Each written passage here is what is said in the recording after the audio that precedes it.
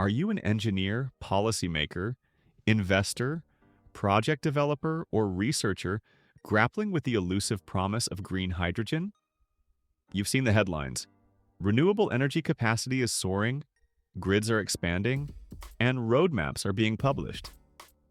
Yet, green hydrogen projects often stall, utilization rates plummet, and the economics simply don't add up. Why? Because capacity on a spreadsheet is not the same as reliable, affordable access to power in the real world.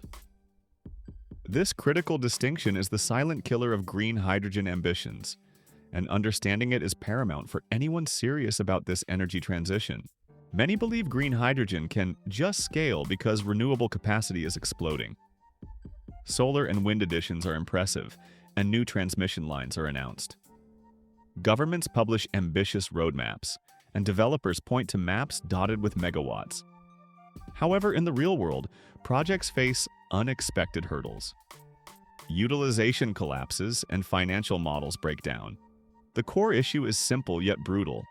Capacity is what exists on paper, but access is what your electrolyzer can actually consume. Access means power, hour after hour, at the price and reliability your financing model demands.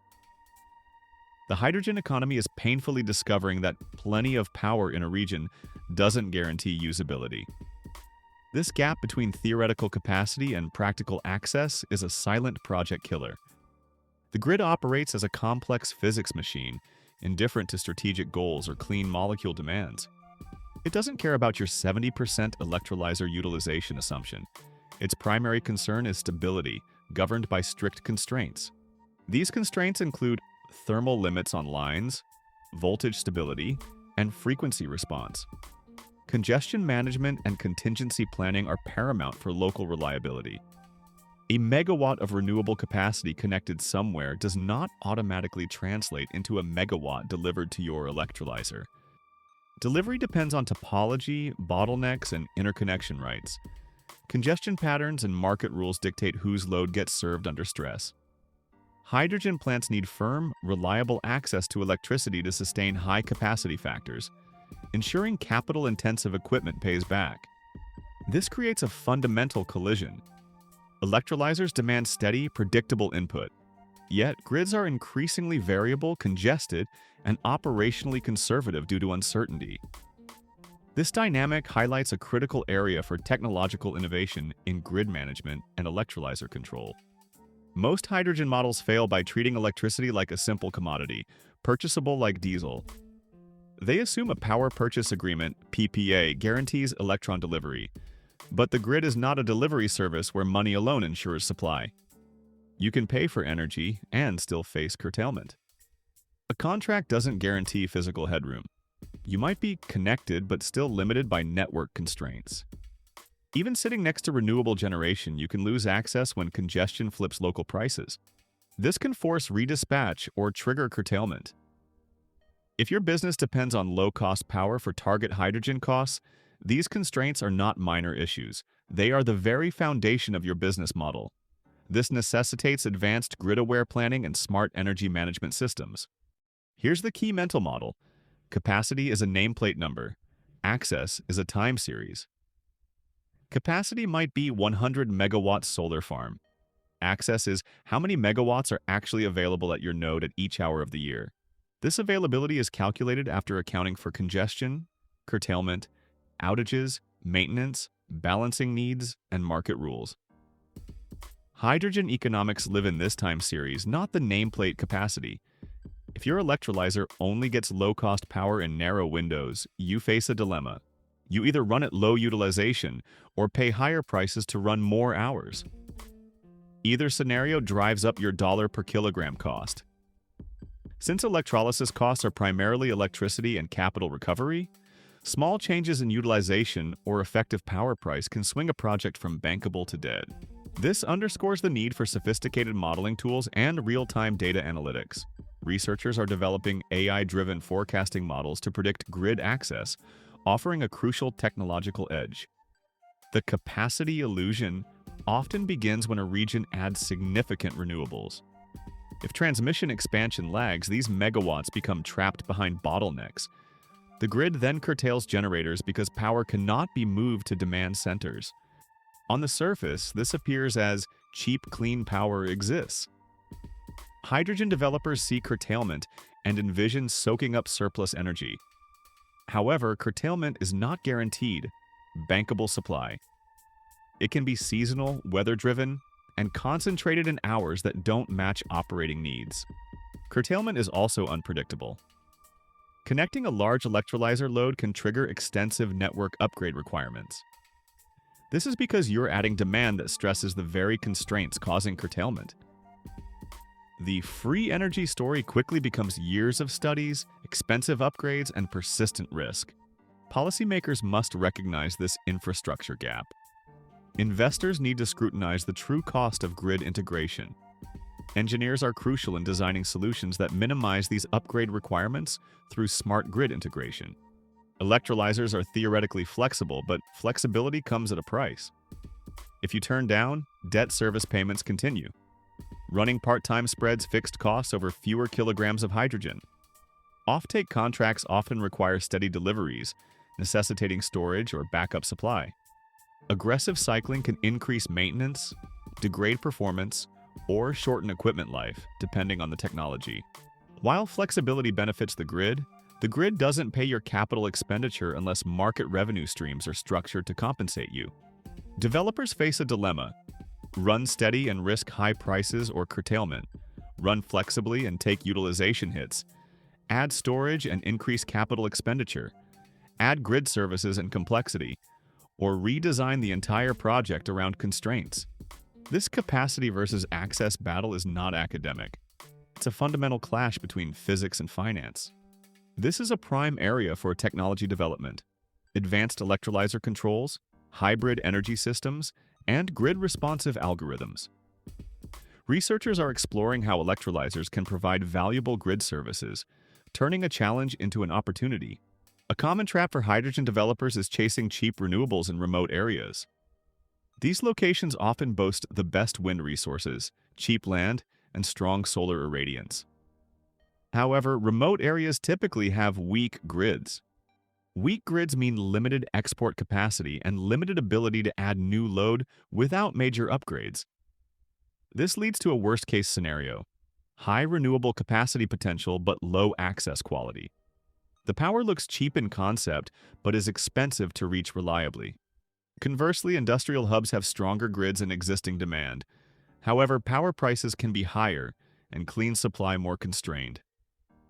Project design becomes a forced trade-off: cheap energy with poor access versus better access with less favorable energy economics. This explains why projects often cluster in industrial zones with existing infrastructure, even if raw renewable potential isn't perfect.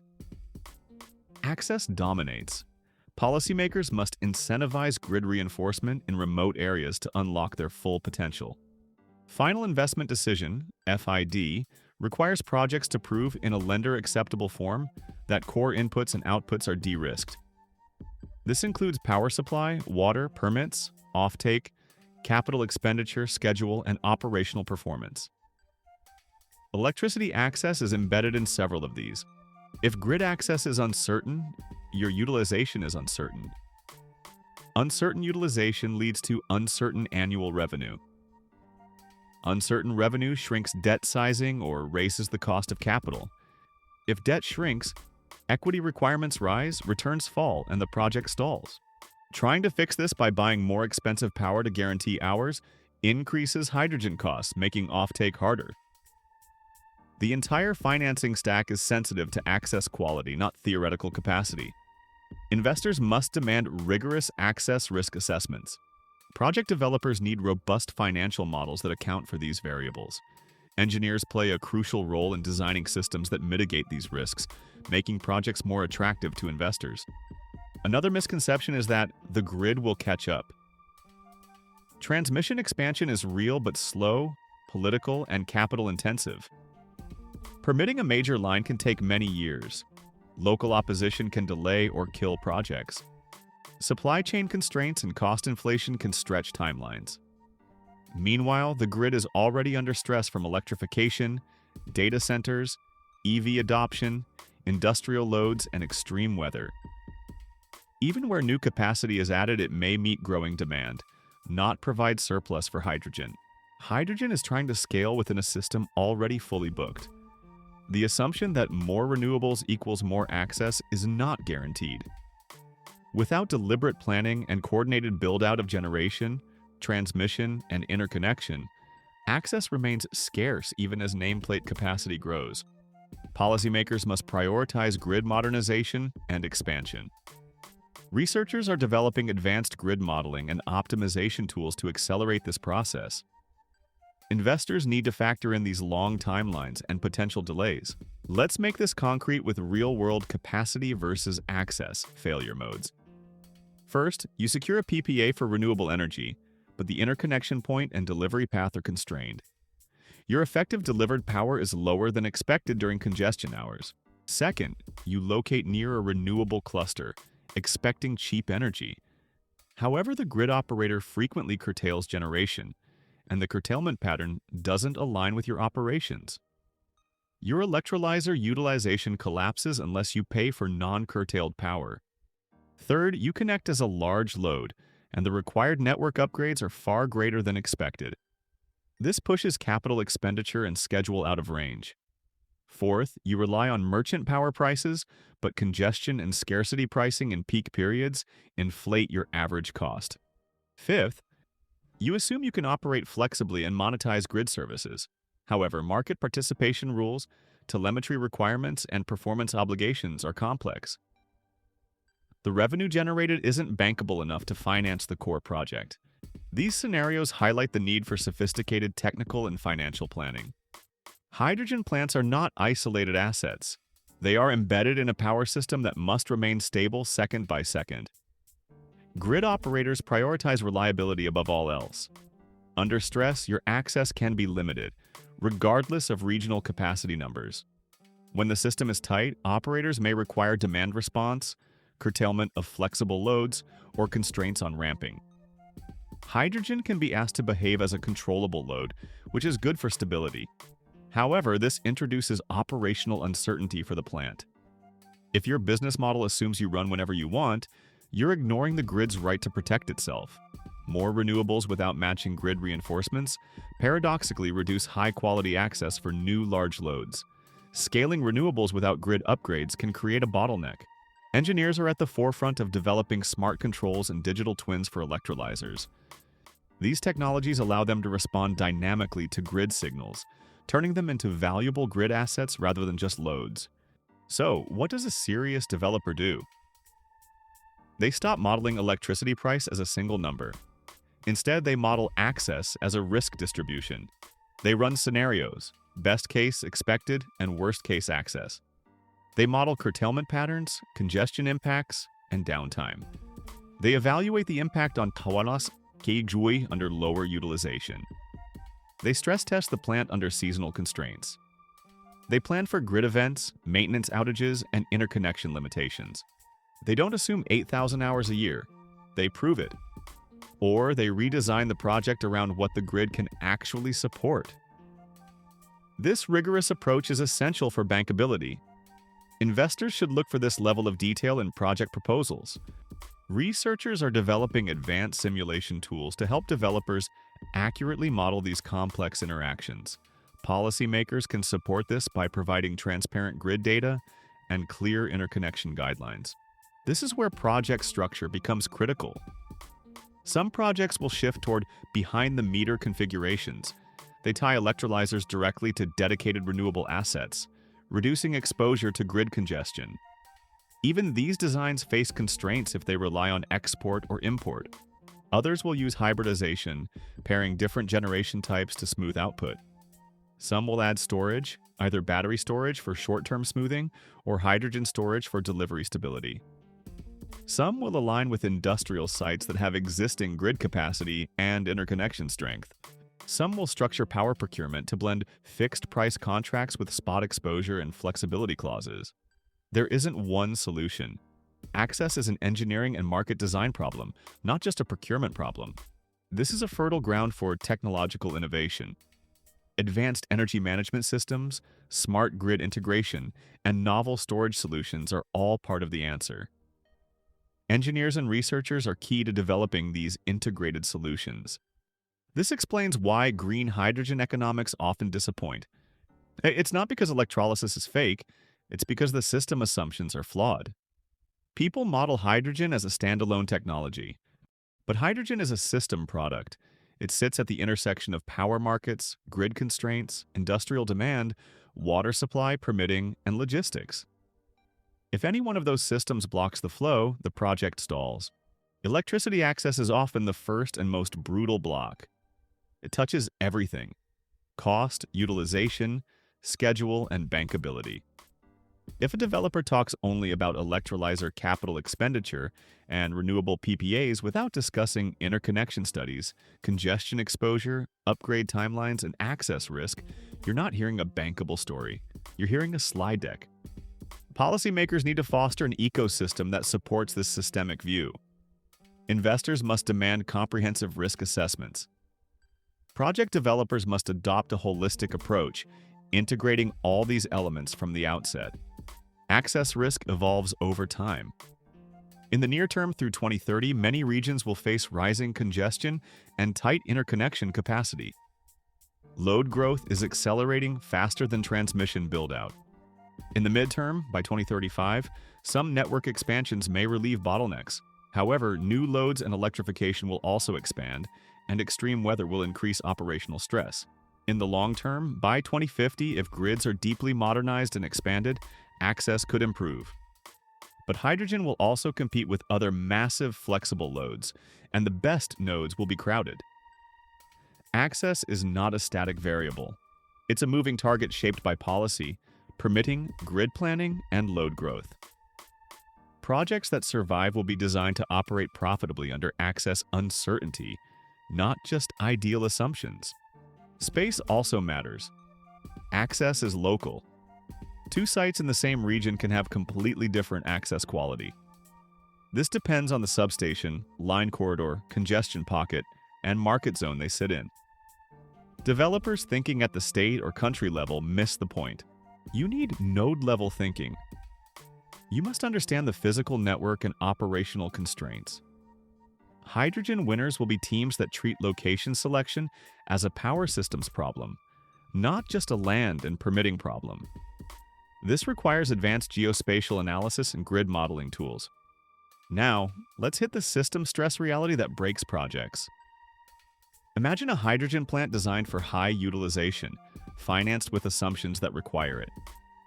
Now add stress. A heat wave drives peak load, the grid is tight, prices spike, and reliability constraints trigger. Your plant is asked to curtail or faces unaffordable power. Or a major line is out for maintenance, congestion isolates your node, and your cheap power disappears for weeks. Or interconnection upgrades slip by 2 years, pushing commissioning out and forcing you to carry development costs longer. Or curtailment patterns shift because new generation and new loads change the congestion profile. These are not edge cases. They are normal behaviors of a constrained grid. If your model can't survive these stresses, your project is not bankable. The hydrogen industry is learning that the grid is not an input, it's a gatekeeper. Engineers must design resilient systems. Researchers must develop predictive models for grid stress. Policymakers must create frameworks that reward grid-friendly operation. Investors must demand stress-tested financial models. If you remember one line, remember this: green hydrogen doesn't fail because electricity is expensive. It fails because electricity is inaccessible when it matters. The gap between capacity and access is where projects lose years, lose utilization, lose financing, and lose credibility. If you want to build hydrogen that survives the real world, you don't start with electrolyzers. You start with access, you map constraints, you quantify curtailment, you stress test utilization, you design for uncertainty. You build a project whose economics remain stable even when the grid behaves like the grid. Constrained, congested, and optimized for reliability, not for your spreadsheet. This is the core challenge and opportunity for technology development in green hydrogen. Before we wrap, here's a single practical line you can use immediately. If you're modeling hydrogen and your electricity input is a flat number, one price, one capacity factor, you are almost certainly underestimating risk. Replace the flat number with a time series or at least a scenario range. Model low access years. Model congestion and curtailment. Model upgrade delays. Model forced curtailment events. Then ask, does the project still work? If yes, you're building something resilient. If no, you've just saved yourself from years of expensive optimism. For teams ready to turn this into execution, we keep a short list of project finance and planning tools that help developers structure realistic models and stress test assumptions. These resources are invaluable for engineers, investors, and project developers. If you're building a hydrogen project financial case or comparing pathways, I've linked a small set of project finance and planning models at the top left of the description.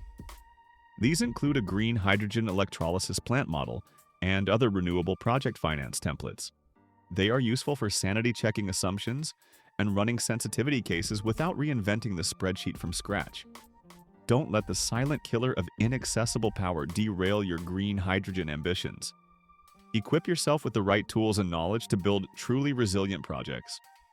Click the link in the top left of the description to access these essential resources and start building a bankable, grid-aware green hydrogen future today.